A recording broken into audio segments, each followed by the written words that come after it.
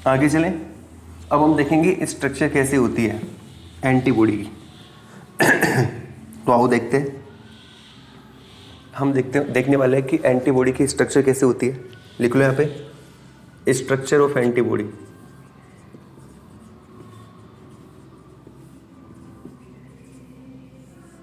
ये देखो,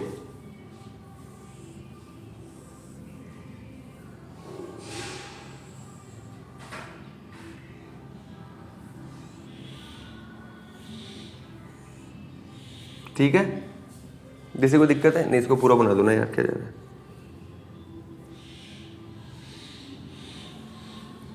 अब देखिए आप लोग, ये जो मैं बनाने जा रहा हूं इसका नाम है हैवी चेन। ये जो आपके सामने है इसका नाम है लाइट चेन।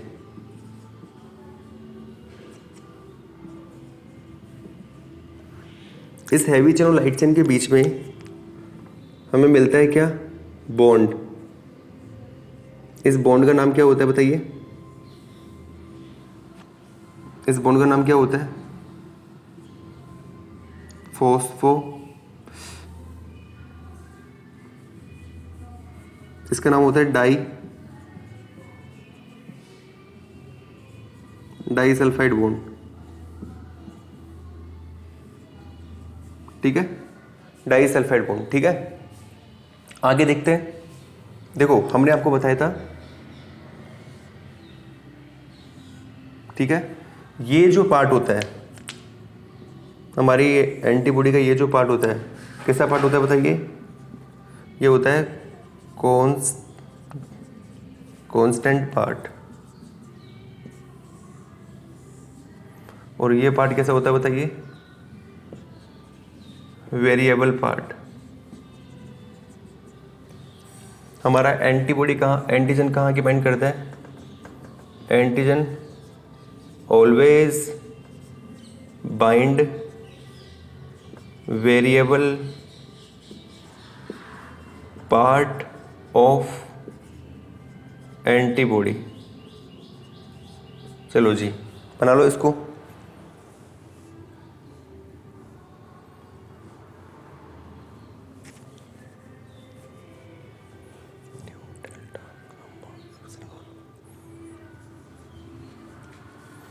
ये तो आपकी क्या हो गई, स्ट्रक्चर ऑफ एंटीबॉडी।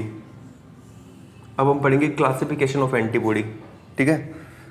अब हम पढ़ेंगे क्या, क्लासिफिकेशन ऑफ एंटीबॉडी। अब हम पढ़ने वाले हैं क्या, क्लासिफिकेशन ऑफ एंटीबॉडी। लिख लो, क्लासिफिकेशन ऑफ एंटीबॉडी, ठीक है। तो ये देखिए बच्चों, क्लासिफिकेशन देखते हैं हम। देखो एंटीबॉडी जो होती है ना, कितने तरह की होती है, 5 तरह की होती है। कौन कौन सी होती है, लाओ देखते हैं, और किसके बेस पे इसको क्लासिफाई किया गया है। तो जो हैवी चेन होती है ना बच्चों, बेस क्या है क्लासिफाई करने का, हैवी चेन के बेस पर, हैवी चेन के बेस पर कितने टाइप की होती है बताइए, 5 टाइप की होती है। कितने टाइप की, 5 टाइप की होती है। क्या, हमारी एंटीबॉडी। तो इधर मैं लिखने जा रहा हूं हैवी चेन, इधर मैं लिखने जा रहा हूं हैवी चेन,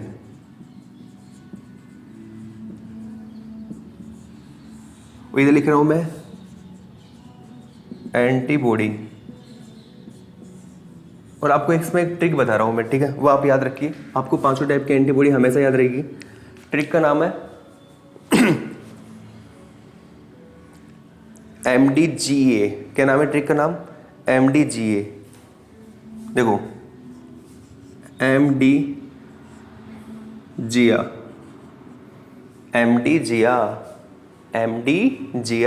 ये ट्रिक है।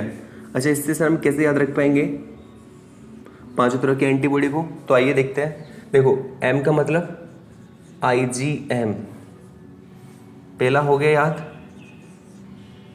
D का मतलब IgD, J का मतलब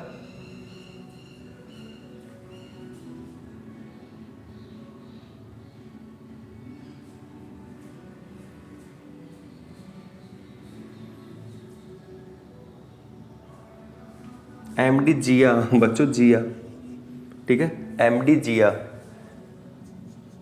जी का मतलब IgG और ई का मतलब IgE और 5 नंबर पे आएगा IgA, राइट है, MD जिया ये होता है। तो ये हमारे पास में क्या हो गई, ये हमारे पास एंटीबॉडी हो गई। अच्छा, ये किसके बेस पे ये एंटीबॉडी बनी है बताइए, किसके बेस पे हमने एंटीबॉडी को 5 टाइप दिया है, हैवी चेन के बेस पे। तो IgM में हैवी चेन कौन सी होती है, न्यू, इसमें कौन सी होती है, डेल्टा, इसमें कौन सी होती है, गामा, इसमें कौन सी होती है, एप्सिलन, इसमें कौन सी होती है, एलो जी। बना लो इसको। तो आपसे पूछ ले कौन सी हैवी चेन किस में मिलती है बता देना, और कितने टाइप की होती है हमारी एंटीबॉडी ये हमने आपको बता दिया है। Classification of antibody. आधार क्या है बताइए, हैवी चेन के बेस पर कितने टाइप की होती है, 5 टाइप की। ट्रिक क्या याद रखना है, MD जिया, MDGEA, MD जिया, राइट।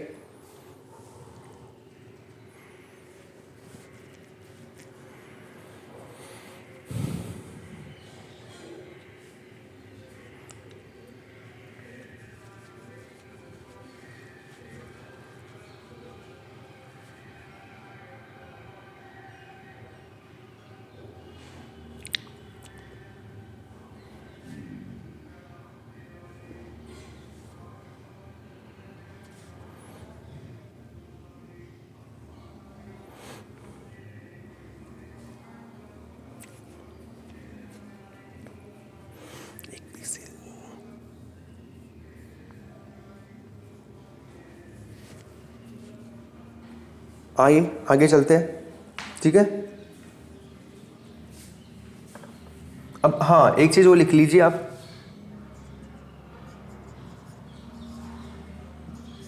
देखो इनमें से कौन सी एंटीबॉडी बनेगी,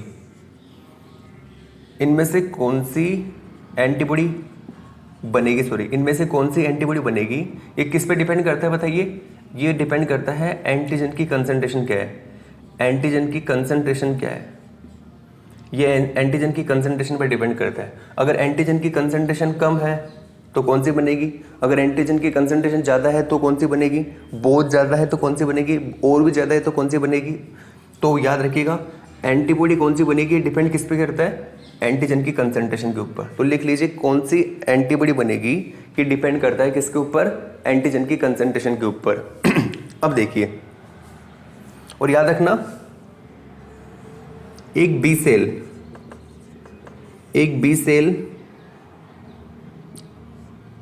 सेल जो होती है वो इस सभी की सभी एंटीबॉडी बना सकती है।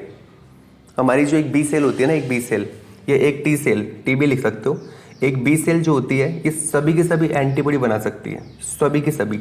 लेकिन कौन सी एंटीबॉडी बनाएगी डिपेंड किसके ऊपर करता है, एंटीजन की कंसंट्रेशन के ऊपर। और याद रखना बी सेल जितनी भी एंटीबॉडी बनाता है, इन सब का जो वेरिएबल पार्ट होता है, इस वेरिएबल पार्ट का हमने बताया था ना आपको थोड़ी देर पहले, हमारी जो बी सेल जितनी भी एंटीबॉडी बनाएगी इन सब का जो वेरिएबल पार्ट होता है, वेरिएबल पार्ट का जो सीक्वेंस होता है प्यारे बच्चों वो सेम होता है, और कांस्टेंट पार्ट का जो सीक्वेंस होता है वो क्या होता है, डिफरेंट। ये बहुत इंपॉर्टेंट बात है, इस चीज़ को मैं लिखवाने वाला हूँ अभी आगे जाके, लेकिन एक बार आप इसको समझिए मैं क्या बोलना चाह रहा हूँ आपको, ठीक है। क्या वेरिएबल पार्ट का सीक्वेंस सेम है, क्या डिफरेंस है, इसको समझिए पहले एक बार, ठीक है।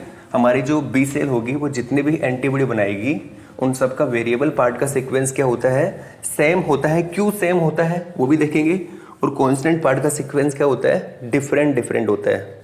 ये देखिए आप लोग ये देखिए, ये मैंने एक बी सेल, ये हमारे पास एक बी सेल है, इस बी सेल के पास में ये एक एंटीबॉडी है, ठीक है। अभी देखो यहाँ पे मैं लिखने वाला हूँ ये हमारे पास में एंटीजन है इधर, ये देखो ये रहा एंटीजन, ये देखो ये रहा एंटीजन। अभी एंटीजन कंसंट्रेशन क्या है, अभी एंटीजन कंसंट्रेशन क्या है, लो है। ये एंटीजन आएगा और ये यहाँ जाके बाइंड करेगा, ठीक है जी।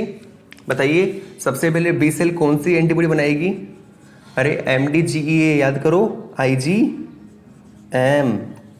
अच्छा, ये हमारे पास में बी सेल है, ये IgM है, इसका नाम बताइए, इसका नाम क्या है, बी सेल रिसेप्टर, इसके ऊपर देखो हमारा एंटीजन आके बाइंड कर गया।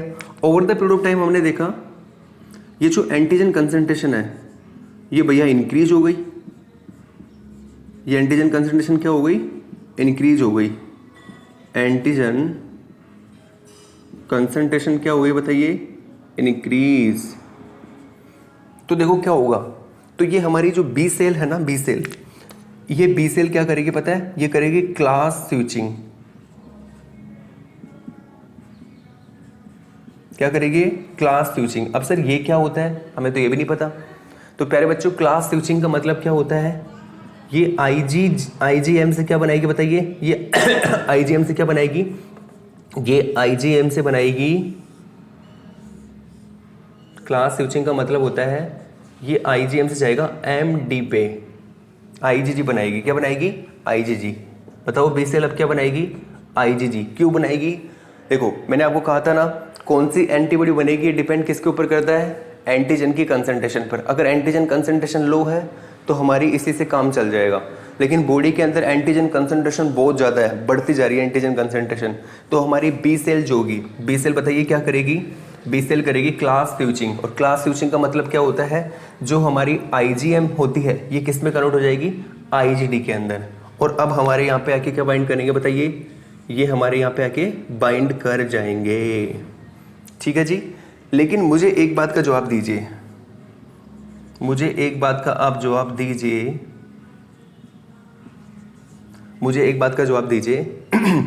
अब मैं आपसे एक चीज़ पूछता हूँ, देखो मैं यहाँ पे ऐसे कुछ करने जा रहा हूँ, मुझे एक बात का जवाब दीजिए, ये इसका वेरिएबल पार्ट है और ये अंदर की तरफ कौन सा पार्ट है, कांस्टेंट पार्ट है, राइट है। मैं इसको आपको कुछ ऐसे करके बता रहा हूँ, ये देखो मैं इधर कुछ, ये लो जी, तो ये आगे वाला कौन सा पार्ट है बताइए, वेरिएबल पार्ट, और ये पीछे वाला कौन सा पार्ट है, कांस्टेंट पार्ट। अच्छा सेम इसमें भी ये कौन सा पार्ट है, वेरिएबल पार्ट, ये कौन सा पार्ट है, कांस्टेंट पार्ट। मैंने आपको एक बात कही थी, याद आपको, कि बी सेल जितनी भी एंटीबॉडी बनाएगा, बी सेल जितनी भी एंटीबॉडी बनाएगा, सबके वेरिएबल पार्ट का जो सीक्वेंस होता है वो क्या होता है बताइए, सबके वेरिएबल पार्ट का सीक्वेंस क्या होता है, सबके वेरिएबल पार्ट का सीक्वेंस सेम होता है। उस टाइम मैंने आपको एक बात बोली थी ना, लेकिन ये सेम क्यों होता है, उसके पीछे का रीजन है ये एंटीजन। देखो इन एंटीजन की जो शेप है ना, ये देखो आप, सबकी क्या है, सेम है। तो अगर मैं इसको चेंज कर दूंगा, इस वेरिएबल पार्ट के मैं अगर सीक्वेंस को चेंज कर दूंगा, तो क्या यहाँ पर अब ये एंटीजन आके बाइंड कर पाएगा, बाइंड कर पाएगा, नहीं ना। तो याद रखिएगा एंटीजन की, देखो इस एंटीजन को यहाँ पे बाइंड करवाने के लिए हमें वेरिएबल पार्ट के सीक्वेंस को सेम रखना पड़ेगा, जबकि कांस्टेंट पार्ट का सीक्वेंस बदलता रहेगा।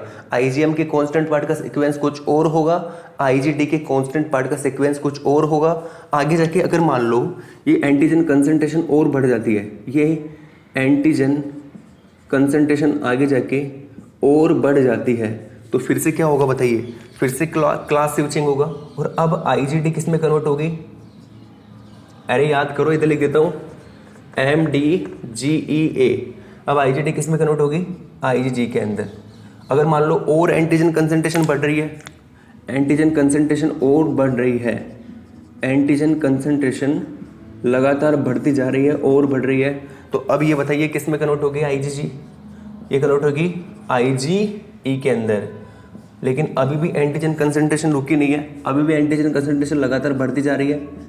तो देखो इस कंडीशन के अंदर क्या होगा, इस कंडीशन के अंदर क्या होगा बताइए, इस कंडीशन के अंदर ये आपका जो IgE है ये किस में कन्वर्ट हो जाएगा बताइए, ये कन्वर्ट हो जाएगा IgA के अंदर। किस में कन्वर्ट हो जाएगा, IgA के अंदर। तो आप इस चीज़ को याद रखिए प्यारे बच्चों।